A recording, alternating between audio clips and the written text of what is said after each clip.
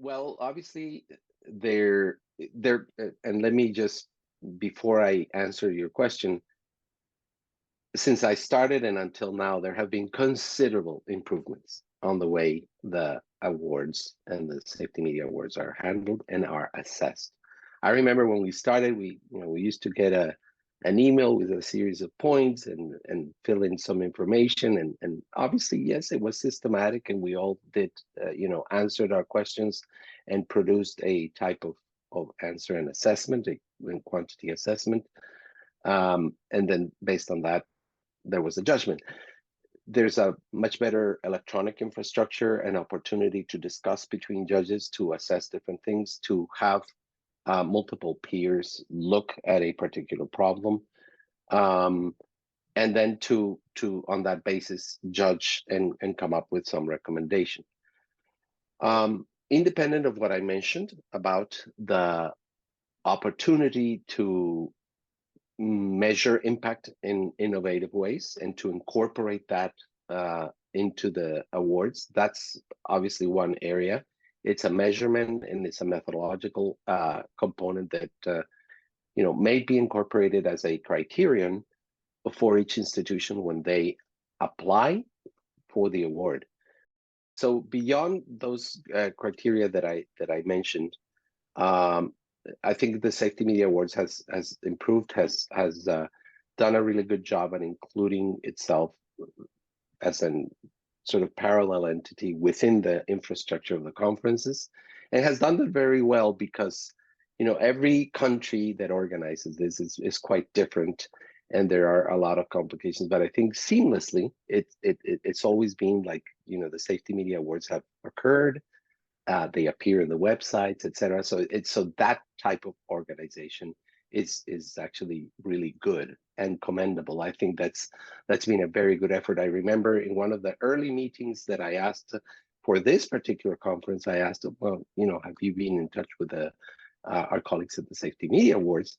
And they were like, oh yeah, we've already been in touch with them. We've already set this organization, etc. So I think those are good things. One area that I think is an area that will require, and I know we've mentioned it at some points, but will require some more work, is the use of multiple languages. We have in the pool of judges, we have, and I know Barbara and her colleagues, Marcia and other colleagues, they strive to make a more inclusive type of judge pool. But sometimes the way the interventions or the proposals are awarded fall into the hands of judges that don't understand a linguistic approach. We have many languages in the world. We have a potential intervention that is submitted in Hindi or in Farsi or in Arabic or in French or in Spanish. And this implies or requires that to understand really a particular linguistic approach and be fair, or as fair as possible, to a particular submission, that linguistic understanding must exist within the judge pool. And that hasn't always been that easy to respond to. The judge pool is more limited. And whilst some judges have multiple linguistic advantages or knowledge, it doesn't always cover that. So some of the institutions have to translate their messages to English. And so what we see is the version in English, but we don't see the version in Hindi, for example. We see the version in English, we don't see the version in Farsi. And there can be differences there. And so that type of impact is more difficult. That's certainly a very specific area of improvement that can be addressed.